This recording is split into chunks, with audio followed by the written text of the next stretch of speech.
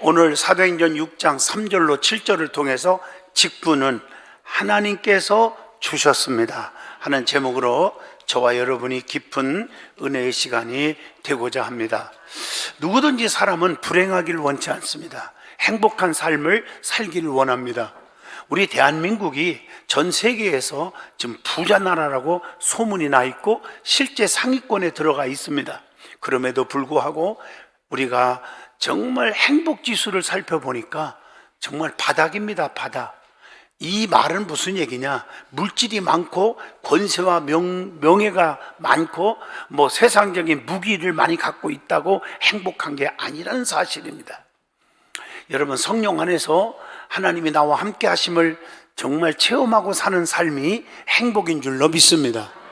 자녀들도 가족도 다 마찬가지예요. 예수가 내 안에 있을 때 행복이 있지, 예수 없는 신앙생활 10년, 20년, 100년을 다녀도 아무 관계가 없습니다. 여러분, 행복은 스스로 기도하면서 자신이 만들어가는 거라고 생각합니다.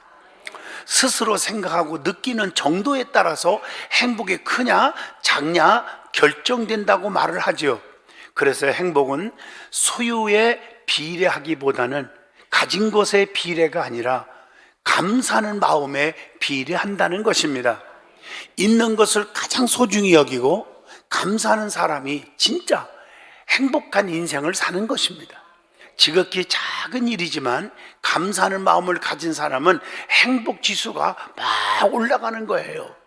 사람은 행복해서 감사하는 것이 아니라 감사하며 살기 때문에 행복해지는 겁니다. 그래서 감사는 행복의 문을 여는 열쇠라고도 말합니다. 우리의 삶 속에서 고난이 있고 몸이 불편해 힘들어하는 분들이 있다면 힘내세요. 희망을 가지세요. 오히려 감사하며 기다릴 때 기쁨과 행복은 꼭 찾아온다는 것을 여러분에게 말씀드리고 싶습니다. 행복해서 웃는 것이 아니라 웃으니까 행복하다는 말이 있지 않습니까? 성도님들 모두 감사하면서 행복한 삶을 사셔야 합니다. 교회 안에서 여러 가지 직분들이 있죠. 교사도 찬양대로 각위원회, 차량봉사, 선교원, 식사봉사, 안내위원 등등 많은 직분들이 있습니다. 이런 직분들은 누가 주셨습니까? 위에 계신 하나님께서 주셨습니다. 성경을 보면 하나님과 성도의 관계를 뭐로 비유했습니까? 주인과 종의 관계로 비유를 하고 있어요. 열심히 일하는 자는 주인이 아니라 종이입니다. 그러나 영광은 주인이 다 받는 겁니다. 우리는 열심히 일만 하면 됩니다. 영광은 하나님 한 분만 받게 해야 합니다. 왜 목사님, 왜 장로님, 왜 부목사님 칭찬 안 해줍니까? 시험 들지 마세요. 하나님께 영광만 돌리면 되고 그분이 다 하셔서 첫째 보상해 준다, 두 번째 책임져 준다는 거예요. 이걸 알아야 돼요. 그래서 성경에서 말하는 종의 바른 자세가 무엇입니까?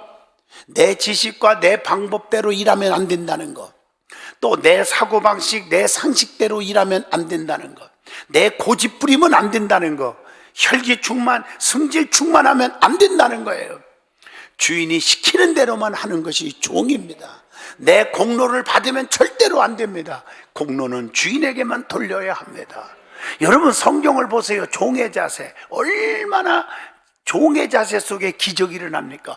인간적으로는 예수님 맛이 갔네, 예수님 정말 이상한 분이요 할 정도로 주님이 명령한 내용들이 이해가 안 되는 거예요. 여러분, 맹물 떠다 놓고 맹물을 떠다 주라, 이게 말이 됩니까?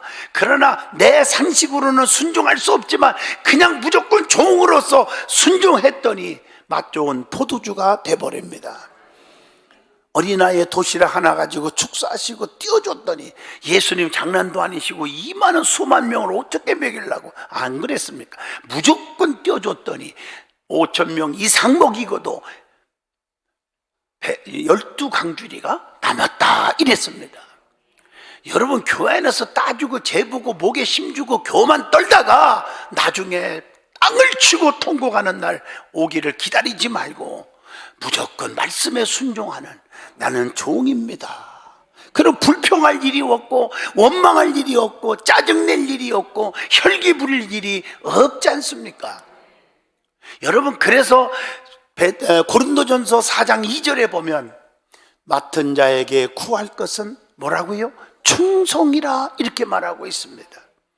그래서 직분은 하나님께서 주셨습니다 하는 제목으로 저와 여러분이 깊은 은혜의 시간을 갖고자 합니다. 제일 먼저 교회에서의 여러 가지 직분에 대해서 한번 설명을 드리고자 합니다. 여러분들이 이 말씀을 들으면서 장로, 권사, 안수집사, 집사님들 다 마찬가지입니다. 여러분, 직분다운 직분자가 되시기를 축복합니다. 그리고 새롭게 결단을 내려야 하나님의 은총이 있어요. 나는 하나님의 은총이 필요 없어, 내가 똑똑해 잘났어, 나는 세계적인 사람이 될 수 있어, 그런 사람은 이 말씀 안 들어도 괜찮습니다. 오늘 그러나 여러분, 정말 하나님의 은총 속에 살고 싶다면 오늘 너무 중요한 약도요, 단 약보다 쓴 약이 진짜 약입니다. 오늘은 쓴 약을 먹이는 메시지가 될 줄로 믿습니다. 제일 먼저 장로의 직분에 대해서 말씀을 드리고자 합니다. 성경에 다 나와 있어요. 성경에 말하고 있는 장로의 자격이 뭘까? 두 가지가 있어요. 디도에게 가르쳐 주신 장로가 있고 디모데에게 가르쳐 주신 자격이 있더라고요. 첫째, 디모데에게 가르쳐 주신 장로의 자격은 디모데전서 3장 2절로 7절에 기록되어 있습니다. 거기 보면 책망할 것이 없어야 된다, 하나하나의 남편으로 가정생활에 진실하게 충실해야 한다, 또 하나는 절제할 줄 알고 술을 즐기지 말아야 한다, 그 다음에 나그네를 대접할 줄 아는 사랑과 자비의 생활을 해야 한다, 잘 가르칠 수 있는 사람이 되라, 구타하지 않는 관용의 삶을 살아야 한다, 그리고 자기 집을 잘 다스릴 수 있는 자라야 한다, 이렇게 말하고 있어요. 또 디도에게 알려준 자격이 있어요. 디도서 1장 5절로 9절에 읽어보면 이렇게 말했어요. 자기 고집대로 신앙생활하면 안 된다. 신앙생활 고집 부리는 분이 너무 많아. 그리고 승질내거나 분내지 말아라. 더러운 이익을 탐하지 말아야 한다, 이렇게 돼 있어요. 그러면 장로의 직무가 뭘까? 교회 안에서 신령상의 관계를 살펴보라. 그 안에서 세상적으로 누가 출세하냐 잘되냐 이게 중요한 게 아니고 영적으로 성령 충만 신앙생활을 성도들이 잘할 수 있도록 보살펴 주어야 한다는 것입니다. 그리고 하나님이 세운 주의 사자 목사와 잘 협력 관계를 해야 한다는 것입니다. 협조할 수 있는 사람이 되라고 말하고 있습니다. 그 다음에 두 번째, 권사의 직분이 있습니다. 교회 안에서 교육자를 도와 궁핍한 자, 환난당한 성도들을 신방하고 위로하며 교회에 덕을 세워야 한다고 말하고 있습니다. 세 번째, 집사의 직분에 대해서 말씀합니다. 초대교회는 7 집사를 안수하여 세웠는데 그 세운 목적이 있습니다. 주의 종이 너무 일이 많으니까 절대로 힘들게 하지 말고 기도하는 일과 말씀 전하는 일에 전무할 수 있도록 여러분들이 사이드에서 신경 안 쓰도록 도와주라고 세웠다는 거예요. 그게 사도행전 6장 4절입니다. 목에 힘주고 큰소리치고 교만 떨라고 안수집사를 세운 게 아니라고 하는 것입니다.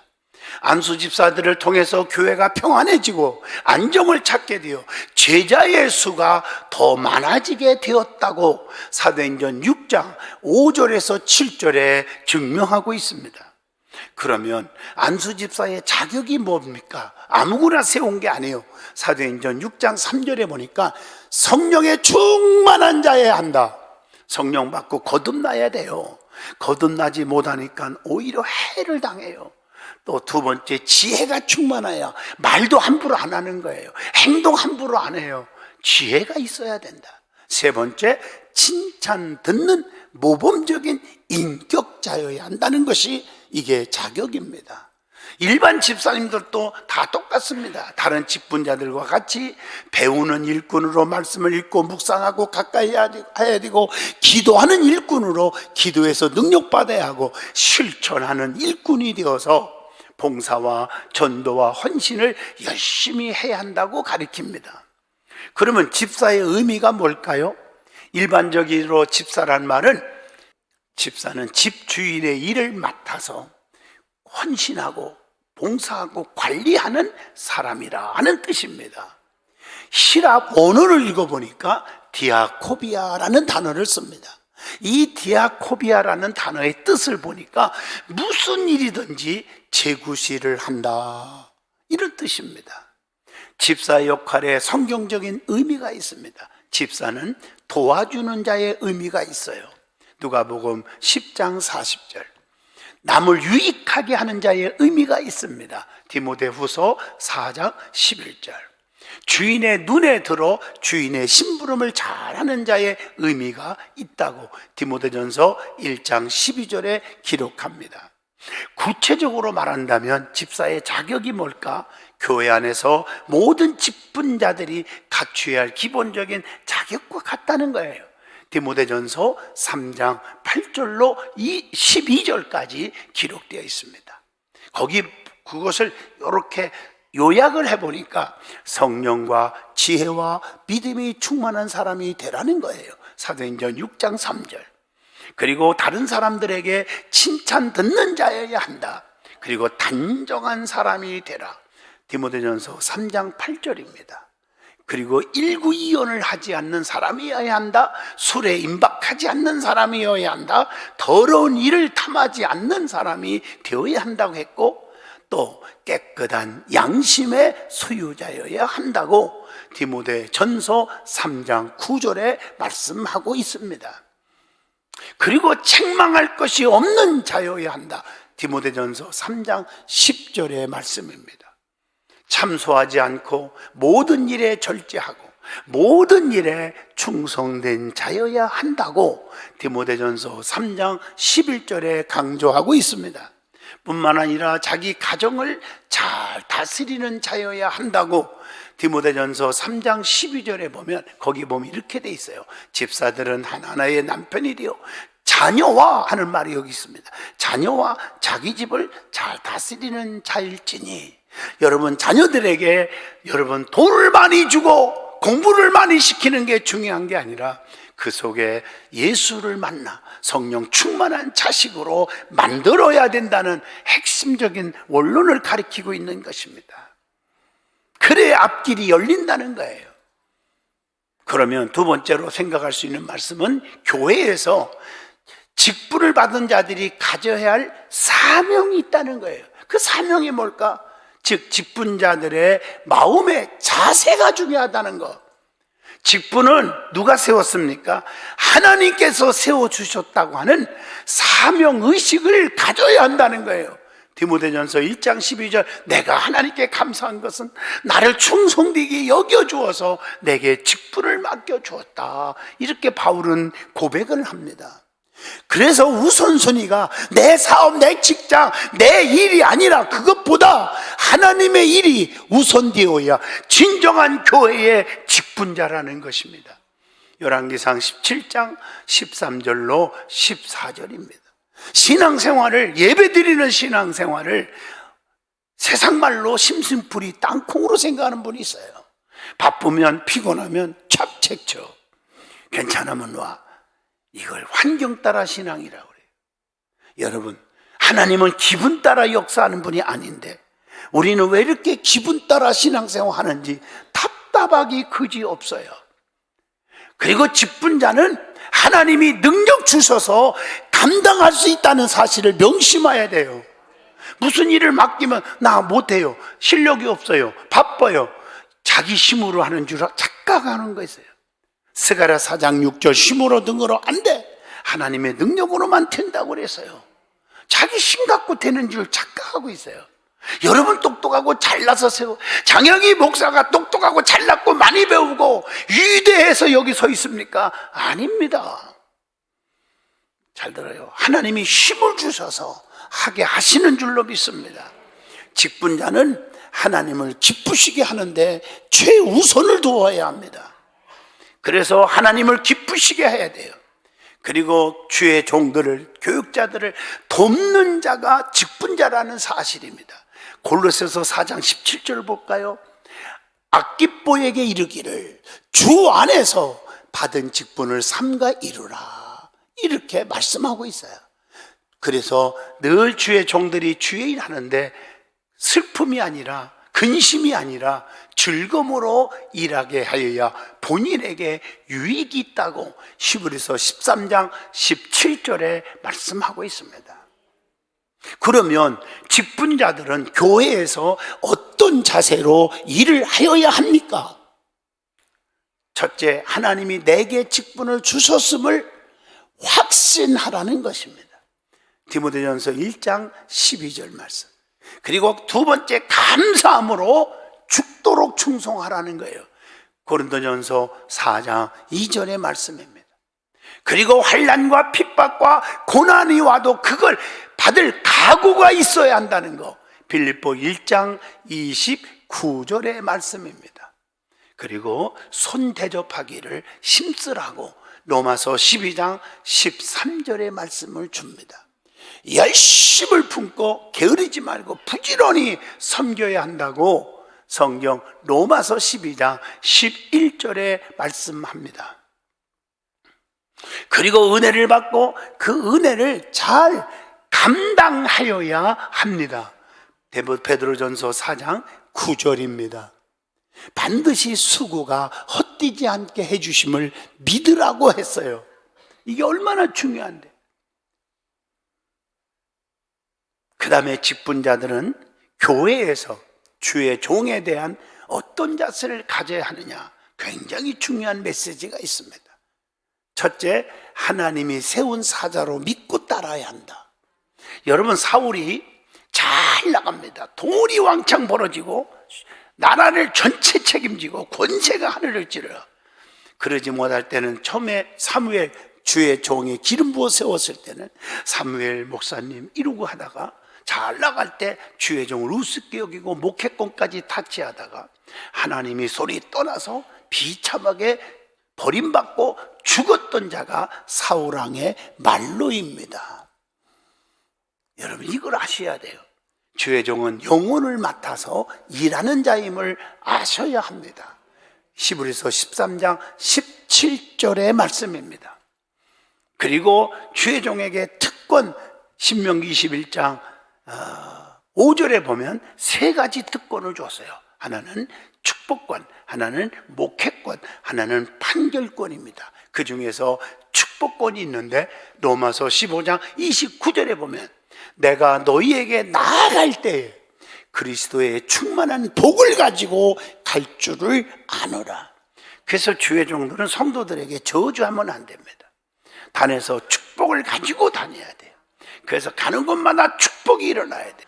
그래서 고린도후서 13장 13절에 주 예수 그리스도의 은혜와 하나님의 사랑과 성령의 교통하심이 너희 무리와 함께 있을지어다. 이게 축도입니다.